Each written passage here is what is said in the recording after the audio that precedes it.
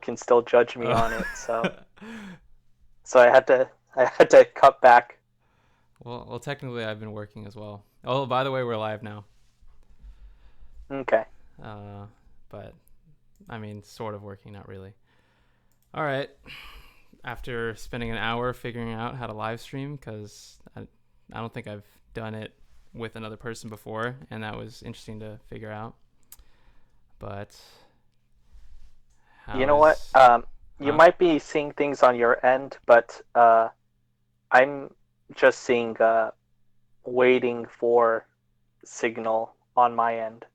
I don't know if it's just me or There might be a delay because we're streaming through YouTube. On my end, right, it looks right. it looks like the stream has started on YouTube as well as on OBS. Okay, Um, then I'll just ignore that then. but let's see. No one's in the chat. I have one viewer. That's me. Is that you? I just typed hi. Did you? I guess we're gonna spend a couple minutes figuring out this delay. Yeah, I don't see anything in the chat. Okay. So maybe we might spend a couple minutes figuring this out. I'll just have Yeah, to when because I. if it's not popping up, then maybe this is like an old stream that you put up, and then okay. It's possible. There's a yeah, yeah. Now I'm seeing it. So I was in like an old one that was still going. Oh, I thought I made those. Okay, there we go. Figuring out streaming. Sorry, I haven't done this before. Uh, Nice place you got there. Thank you. It's my temporary shelter for the next like week and a half. For Okay. sure, for sure. I think the peak for the estimated peak, because one of my patients is a public health nurse. Mm-hmm. And yeah, the data that she's getting from her higher ups or whatever is that the peak is expected towards the end of April/beginning of May, and then who knows how long it'll be at that peak for. Right. I mean, I'm anticipating.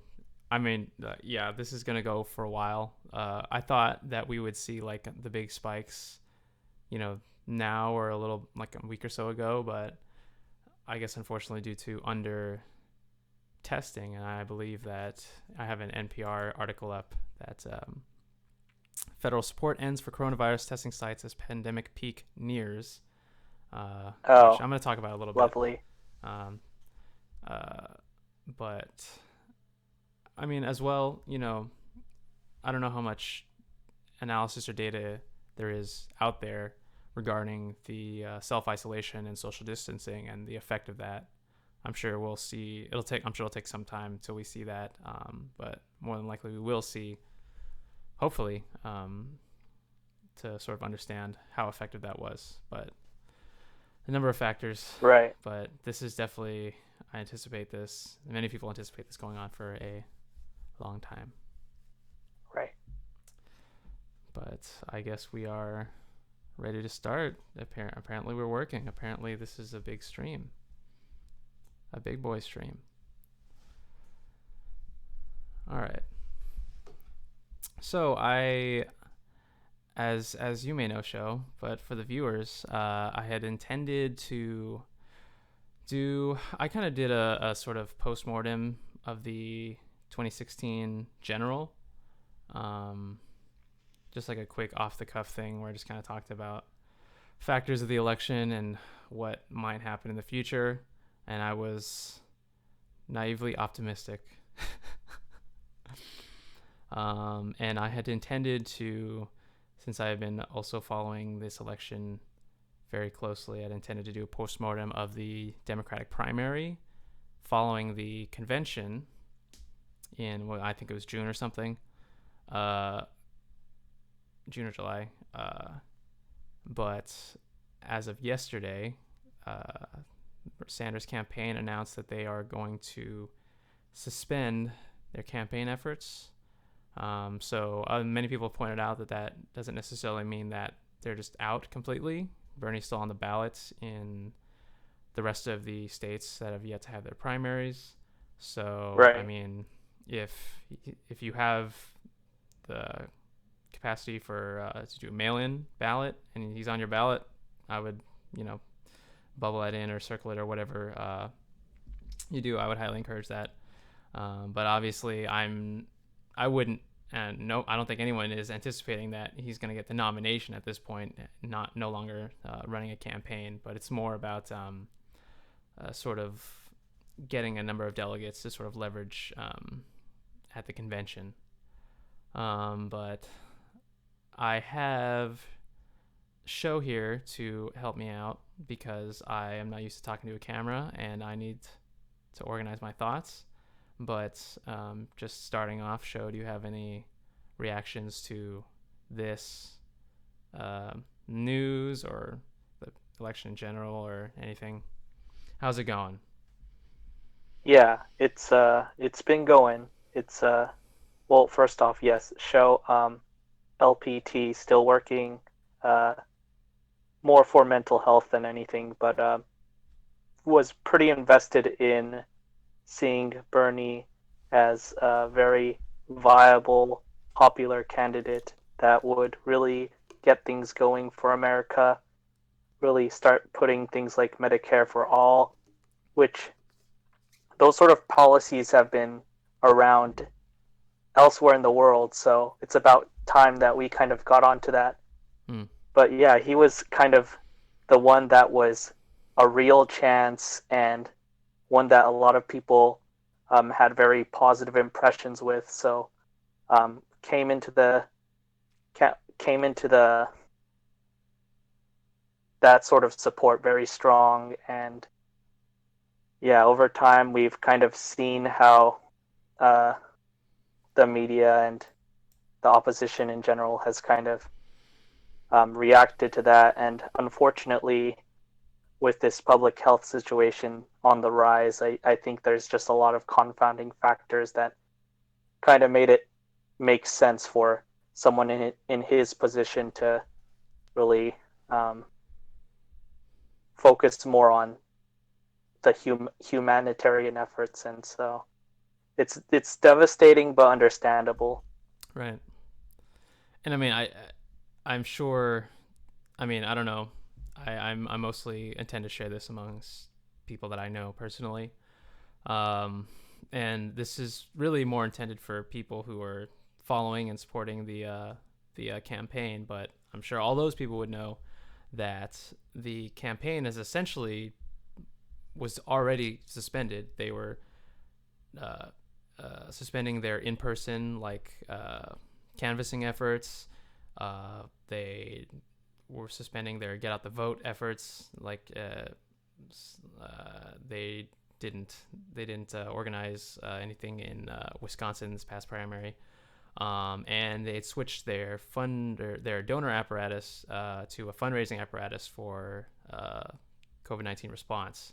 So essentially, it was already turning the campaign into a pandemic response organization instead of a presidential campaign. So this is, I guess, just for formality, but I think it's really important to point out, like, I mean, I don't want to just analyze the campaign and analyze the primary, because if 2016 is any evidence that people will be doing that until we are in our graves. So I mean, I'll do that a little bit because I mean, yesterday I was a lot more angry. Now I don't know. Maybe it's with the isolation thing, but every day is just kind of like the personal moments. At least for me, I my normal work has been as a musician has been put on hold indefinitely for the duration of this. Luckily, I have some means to sort of be okay and stay at home. Like, show is working, other people I know are working, and making sure that many of us can, isolate, and that society and our everything is still functioning. So like, I I don't want to I do appreciate people like delivery workers, people working in stores, grocery stores, people are doing fulfillment warehouses, people are in medical field, um, in food, various services, sanitation. We're still getting the trash taken, uh, the lights are still on, and everything like that. So that is one big thing that is important to recognize, and not in a way like, I'm not about like calling people like heroes. Oh wow, you're a hero, you're saving us. It's like, uh, in a way that sort of dehumanizes their effort, and almost in a way, to me, it doesn't recognize that like these are just regular people who are doing their jobs or doing what is necessary for them, or doing things out of a certain sense of obligation that is putting them at risk, and that affords us all, or those who are not putting themselves at risk in that way, the ability to maintain their safety, and often at very minimal personal gain. I mean, one of the things that, this pandemic exposes a number of faults in the way our society is structured. Obviously, you have these very like low paid, delivery workers, fast food workers, grocery store workers, even people in the in healthcare. Many people, either they themselves are underpaid, or they're underfunded. They're without supplies. Many reports of, obviously we know of, hospitals that are jam packed with people. Nurses and doctors don't have personal protective equipment, masks, etc. They don't have the right tools and equipment to care for enough people. And that's really, I guess, what I wanted to highlight, is that there is really, the crisis that we're facing is sort of an indictment of the way everything is structured in our society. Because, if we had a medical system that was focused on providing the most benefit and the most treatment for the most people possible, and motivated towards, the general health of our population versus, part of a certain, profit seeking institution. Obviously, Show, you mentioned Medicare for all, single payer kind of thing. And, there have been, Right. as Joe Biden said, it's like, oh, the single payer isn't going to help these people. Well, single payer can't stop you from, getting a virus, but if our medical system was funded and people didn't have to worry about whether their insurance was going to cover treatment or testing or not. We've heard stories from the very beginning of people like they didn't have insurance, their insurance didn't cover testing, and they tested, and like, I remember one of the first reports was like some guy tested because he was traveling and he came back, he had symptoms, but it turns out he was negative for the virus, and then he had like a $10,000 bill or something like that. Or people who like, they can get tested, but then they can't necessarily, their insurance doesn't cover the treatment, and it's like, what do you do then? Right. And certainly, if our money was put towards, treating as many people as possible and making sure as many people could be looked after as possible, and then we were putting our funds towards making sure we had an actual robust medical system that, on a good day can sort of barely hold together under normal circumstances. But obviously, when you face a crisis like this, it's going to be stretched to limits, and we're seeing that play out in places like Italy, where they have to ration care. But the big difference between Italy and America, obviously there's a population size difference, but also we have way more money. We have the means to put our resources in those things, and we've had time. Um, and I guess the point is that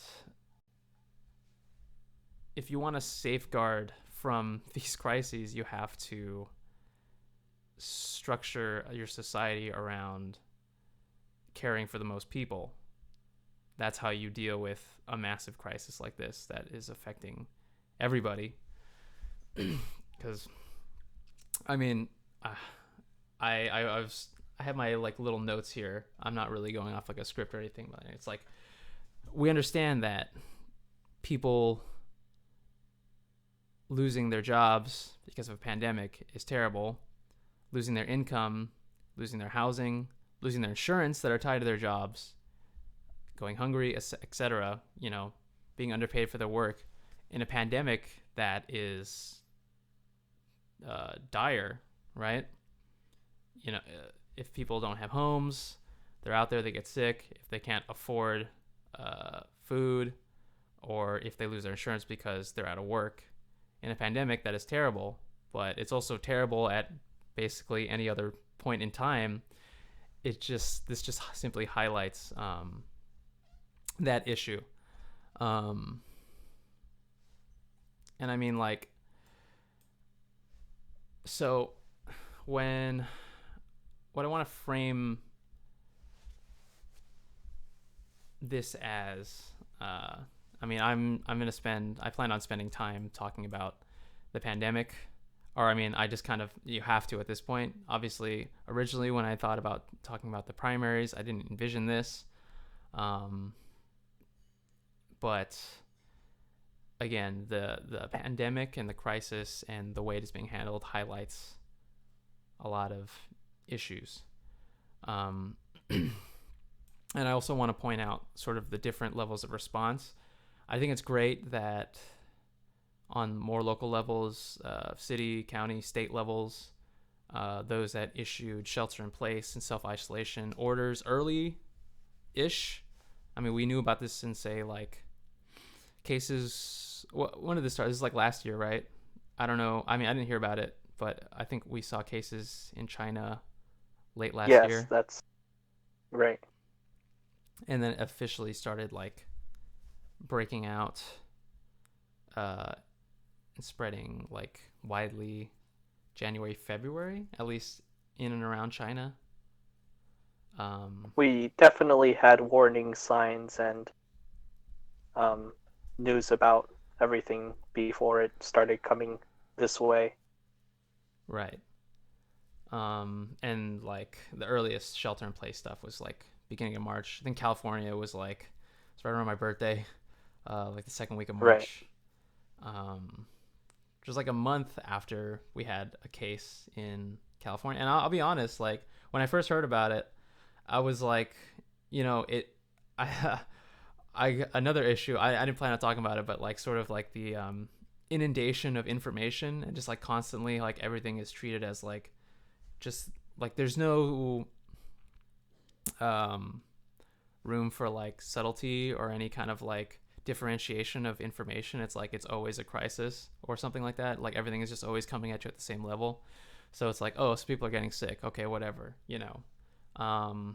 But at least for me personally, I think starting like right around the beginning of March, once I saw the response and the overwhelming in a country like Italy, and I thought about, our under-supported medical system for one. I was like, oh no, this is going to get very bad. And sort of what also foreshadows that is the has been various media response, obviously the institutional response on the governmental level. Again, it's great that we've had local governments ordering these shelter in places and measures like that. But I mean, I can go through. I'm sure people will keep the highlight reels in their back pockets of people on or pundits on TV or different politicians saying, "Hey, it's no big deal. Don't worry about it. It's just the flu. People die from the flu, but we don't go crazy over it." I mean, I have, I do plan on, since this is more off the cuff, I do plan on including like some descriptions in the future, just different articles. There's one about, I remember seeing mid March about a few senators. So there was a Senate meeting in, what was it, February? If I could pull this, if I could pull this article up. Uh, See, a more established show would have a producer that can just, feed me everything instead of me having to pull something up on my computer while I'm trying to like figure out how to use my tablet to stream.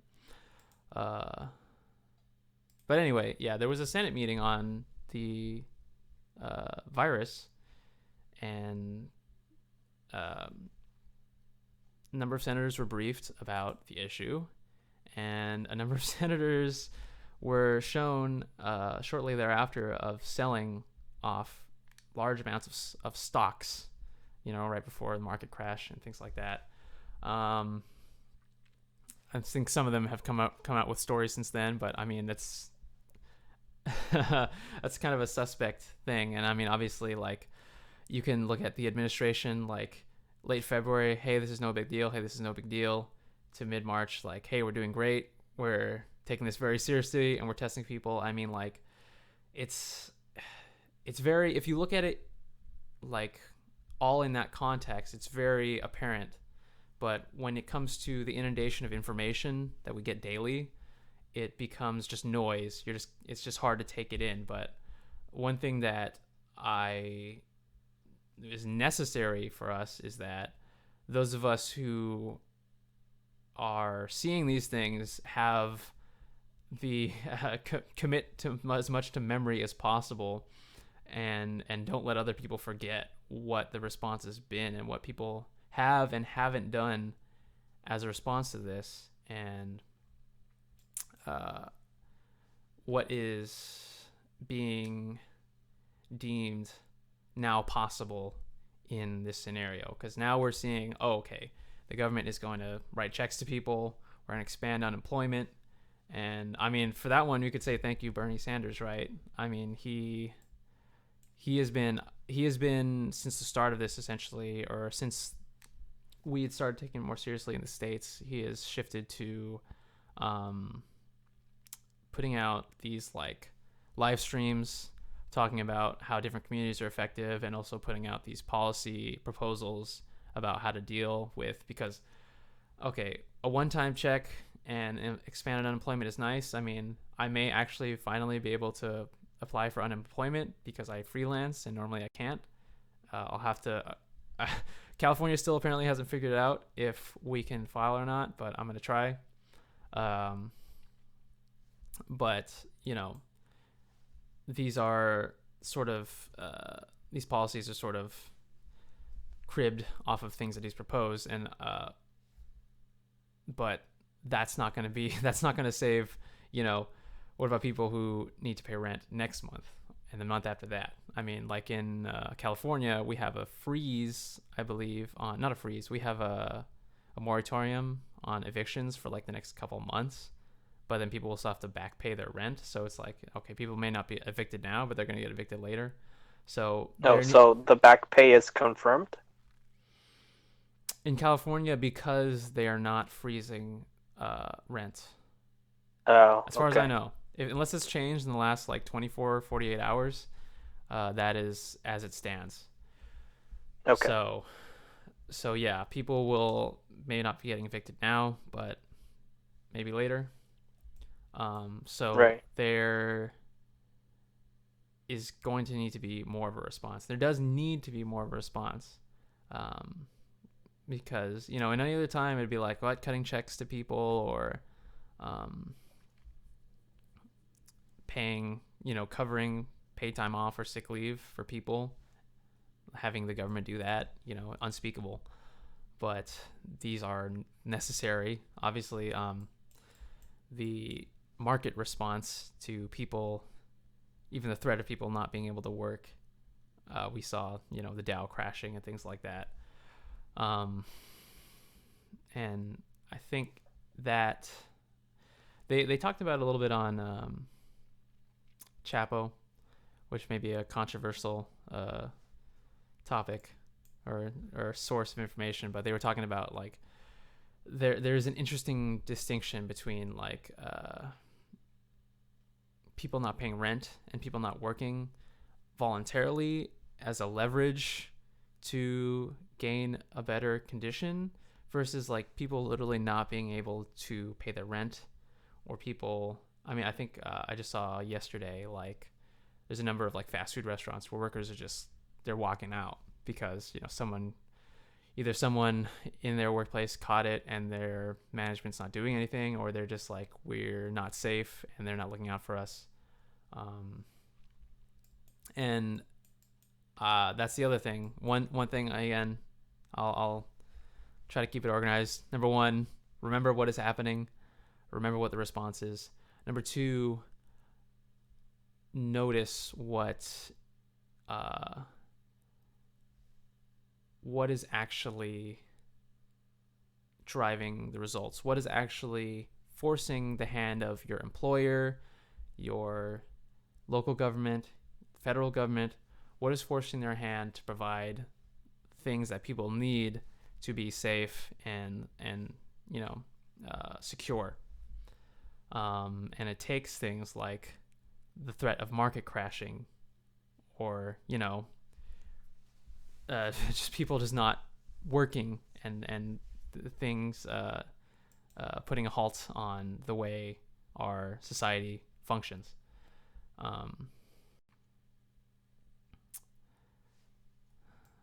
What is the other thing?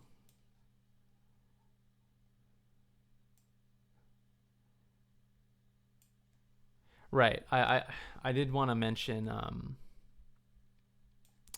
mean, the bill that passed. I mean, the bill that passed, the $2 trillion bill that passed in Congress. I mean, what is it like? Half a trillion is kind of going directly to people, and then you're getting like half a trillion going to businesses. We need to make sure that.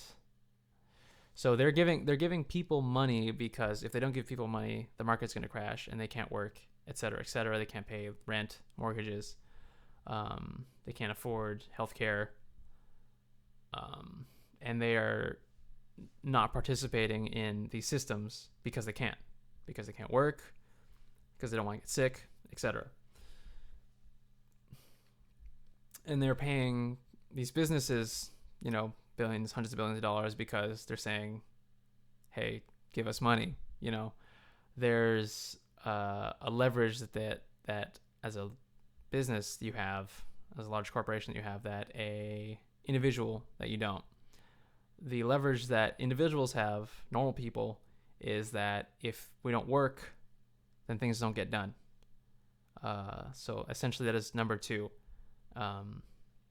What the power of workers essentially is, in order to, you know, utilize their leverage on these institutions that actually have control over our resources. And that kind of brings me to my main point is, you know, I wanted to talk because, I mean, I try not to absorb too many hot takes about, you know, once the Sanders campaign announced suspension, although it was hard to avoid. Everyone has their opinions about it. But I mean, I felt bad. A lot of people feel bad, angry, et cetera, et cetera. And there's a lot of despair,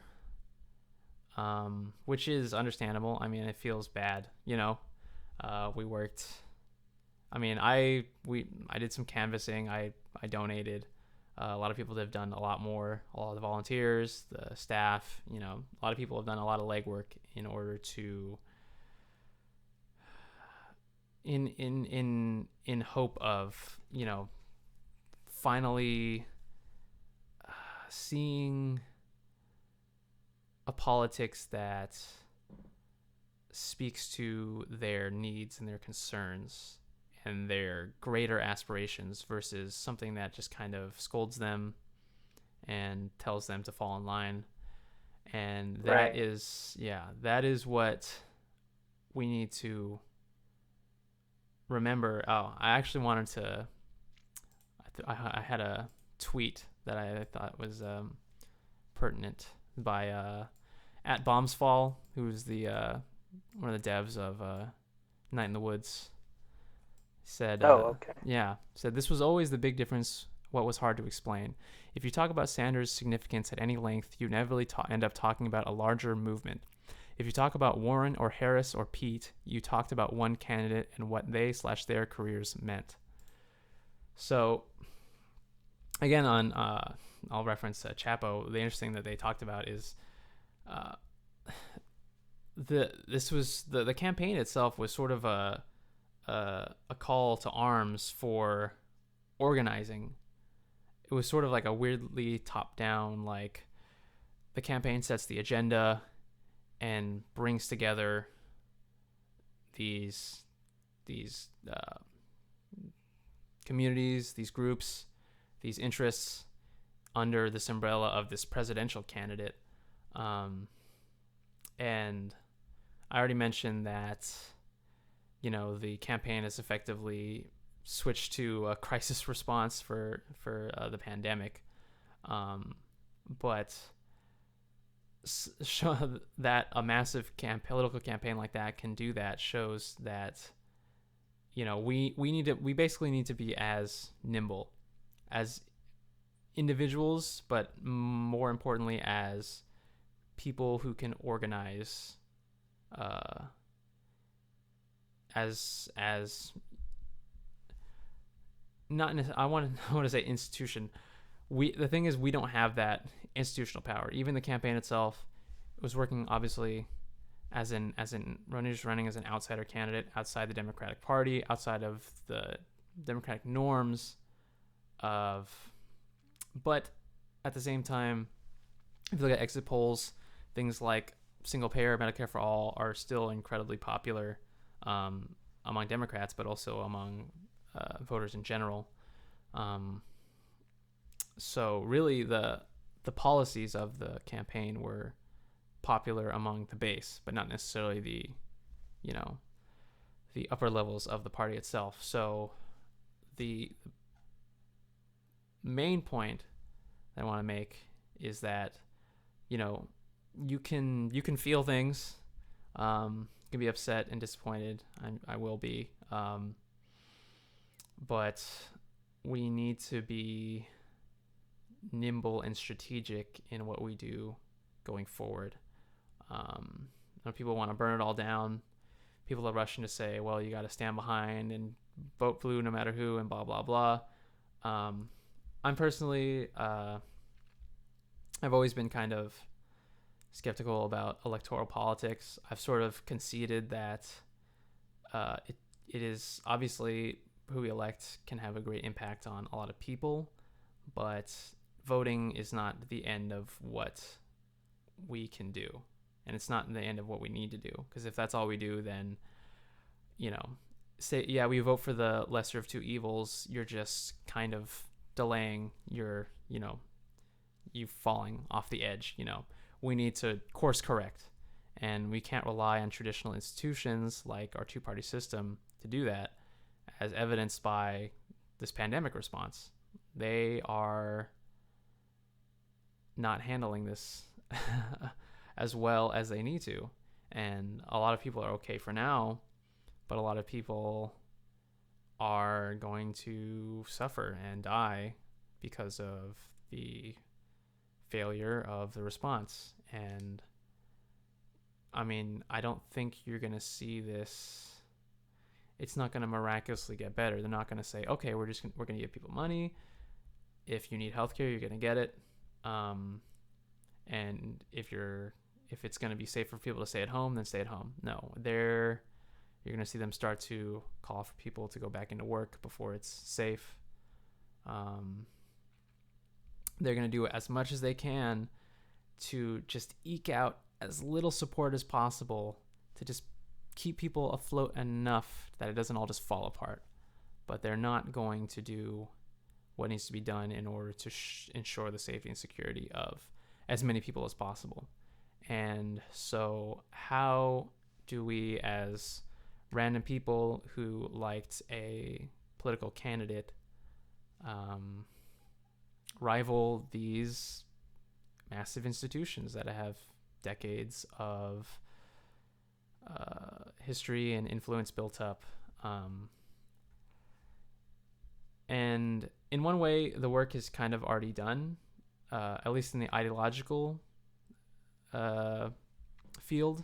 As I mentioned, the base of, say, the Democratic Party is ideologically more in the Sanders camp than the party elite, if you want to call them. But the institution of the party has set its policies and its perspective aside from that, more towards the center or the right or what have you. So if people just realizing what their actual conditions are and what the conditions of the people around them are and the people that they care about, is one thing. Obviously, you have to recognize that there are people living in crisis every day, exacerbated by the pandemic, yes, but also under quote unquote normal circumstances. And two, I mean, I want to point out that even on just this, it's not always about joining a mass movement online or something like that, or reaching out to someone across the world or across the country or whatever. I mean, like, I'm staying at my girlfriend's temporarily, and in her neighborhood, one of her neighbors passed around like information about trying to start like essentially like on the block, if people need help, contact each other. If you're able to help by like going out buying things or whatever, then you can put your name and number out there that you're willing and able to do that. And I know other places have other communities have been doing that. And so on a very small level, I mean, we're kind of in this country, GoFundMe is probably like the biggest provider of, medical care, horrifyingly enough. And because that's a supplement for how deficient our medical system is, that we need that stopgap just to keep people alive. And that's what's going to be happening now. People need help, they need resources, and they just need companionship, and they need the help of other people. And because we are communal species, we are doing that for each other. So sorry for the cynics and the people who love post-apocalyptic stories about how terrible humanity is and stuff like that. Like, people will help each other and people want to help each other, and that is an important step one. We need that, absolutely. Step two is, again, as someone who is listening to this and thinking about these things, you're probably already aware of organizing. Maybe you have done some yourself, or you've gone demonstrations, etc. I want to point out that at pretty much every demonstration I've gone to in the last few years, there's always at least one person with a Bernie shirt. So I mean, that gives some encouragement that these ideas, the momentum of this campaign, can go forward into new endeavors. Like, I guess I could shout out DSA. I know their numbers kind of exploded with coinciding with Sanders' campaign and the results of the 2016 election.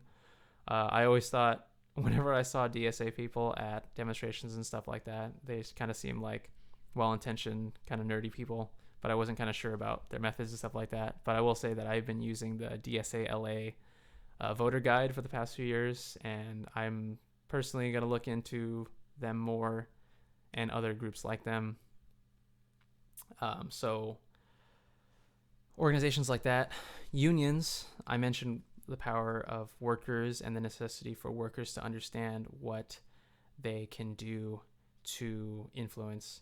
Uh, I think many people. I mean, at this point, I don't know if anyone remembers anything that happened more than like a week ago, because anything that happened like a month ago feels like it happened 10 years ago.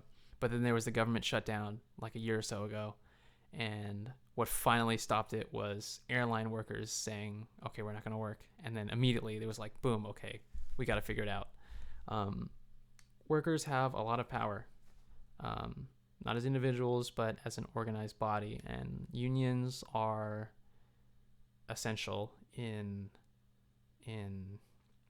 collecting that power and that energy and having a focus for these groups of individuals to come together. Because again, if you want to rival these established institutions because we want to create things that they are unwilling to or unable to create, then we have to think more strategically and we have to come together more readily.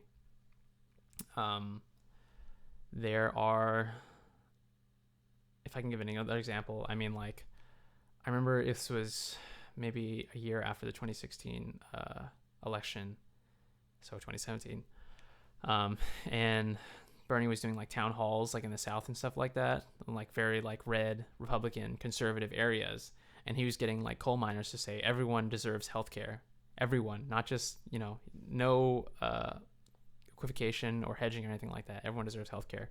So I'm sure those people may not be the most woke or progressive, but we can come to understandings about certain things about what people deserve and don't deserve or whatever. So there needs to be an expanding of who we consider is in our tent.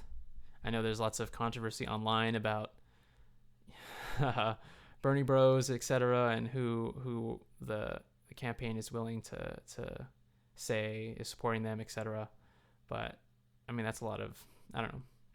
I don't take a lot of that too seriously. I think it's good if you're able to bring people to your side without compromising your values. That sounds like a win to me.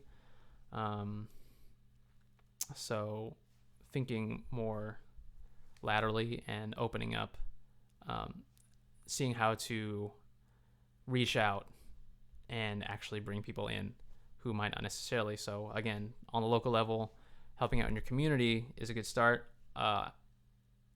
To bring up DSA again, I know they done different chapters have done a thing where they did like a free taillight repairs, because they cited that one of the number one reasons that people have been cited as being pulled over by police or because like, oh, let's say you got a busted taillight, so they're trying to protect people in marginalized communities from being profiled and give one less excuse for those people to be harassed or worse. So there are different things you can do if you can provide for people in your community, work with people in your community, understand the needs of the people in your community, and then get to those conversations about what we can do as a community, not just individuals, and expand that. Because I know one of the things that frustrated people about at the start of this pandemic is, oh, people are hoarding, they're buying all the toilet paper, all the eggs, etc. But that is just like, what do you as an individual, what are you able to do? What is your response to this crisis? Like, what can you do to ensure that you're safe? And it's like, if the institutions that you trust to take care of you can't do that, then you're going to freak out and you're like, what can I do? Okay, I can buy stuff because everyone's buying stuff and I need stuff. So that's what I'm going to do because my government, etc., whatever, can't guarantee me that I'm going to be safe, that I'm going to have the supplies I need, food I need, that I'm going to be taken care of. So people resort to these, what we call stupid things. And yeah, it's annoying, it's frustrating, but that is sort of the American problem, is that everything to us is an individualized response. How can I solve this problem? The issue is it's a pandemic. You can't solve it. I mean, you can stay home and things like that, but you can't uh, you can't keep people from being kicked out of their houses. You can't keep people from being fired and kicked off their insurance, as an individual. That's why organizing and building institutional power is the most important thing that we can do. I show. Do you have anything? I talked a lot. Um, I think you've made some solid points about, and yeah, starting from the local level and really reaching out and taking advantage of the fact that we're communities. I think that's kind of one of our strongest kind of ways to help us weather through, since we can't really rely on larger institutions to really rescue us through it all, I guess. Hmm. But yeah, it's definitely something that uh, as our country's culture we're not used to doing. So it's something that I think that's if we're going to talk about some of the ways that this is going to change people, I'm hoping that this is one of the changes that's going to be brought about bringing people more together and being more aware of how we can support each other. Right. And I think like and if we can go from like people doing things like not paying rent and not going to work because they literally have to and then seeing what, you know, the traditional institutional response is to that, which is, oh God, we have to make sure that these people can, still have money to keep the markets going, or, things of that nature. Understanding that they have that leverage, and then educating people that if you want things like single payer, etc., you need to be willing to use that power that you have. And I mean, it's very disheartening and frightening and all these things to realize that, in terms of these traditional structures, it's like no one is going to save you. They're going to do exactly what they have to and nothing more in order to keep things running. But if the population needs to take a hit, they're very willing to do that.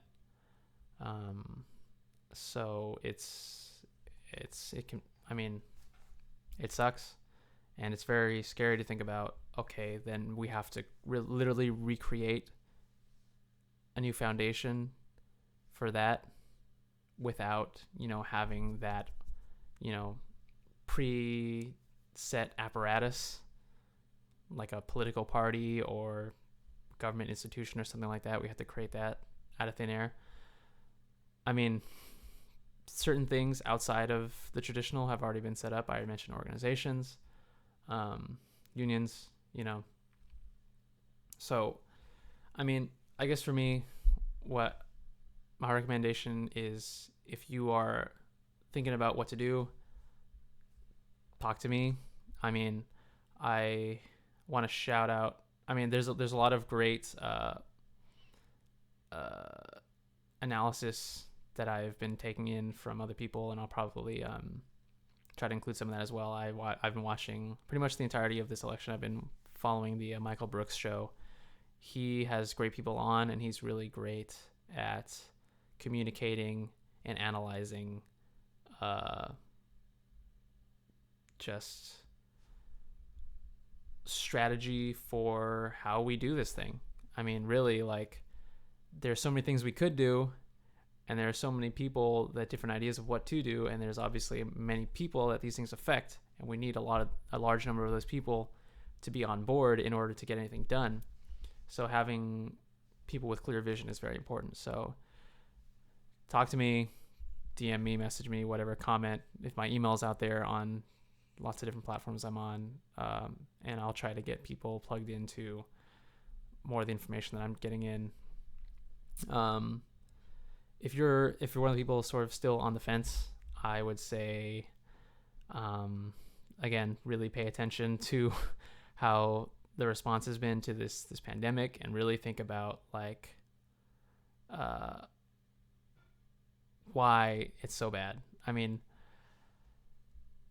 the pandemic itself is terrible, but really the crisis is the underlying weakness of our institutions to respond to this thing like that.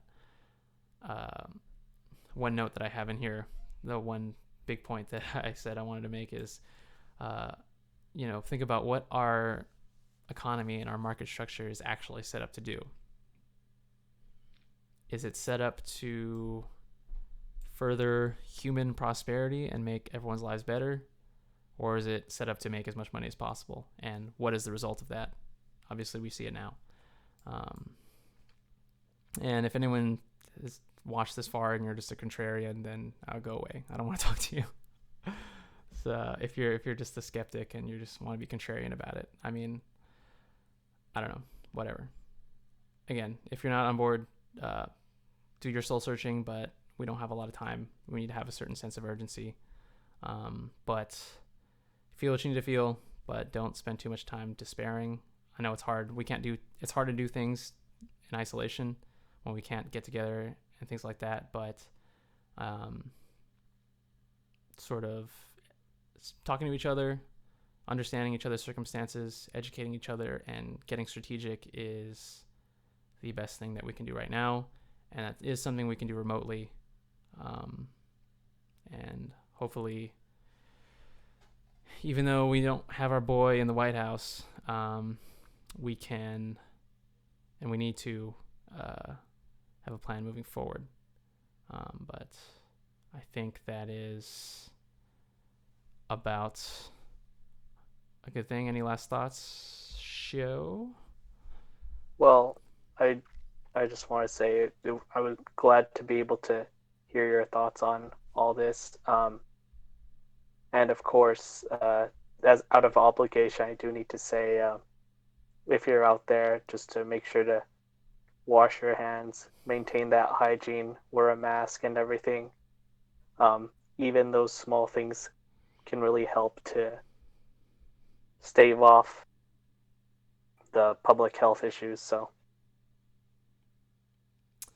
all right. Well, thank you. That's from a medical professional himself. So, all right, we're gonna call it that. That went a little long, but that's fine. Hopefully, some people actually watch this. But until next time, toodles. bye.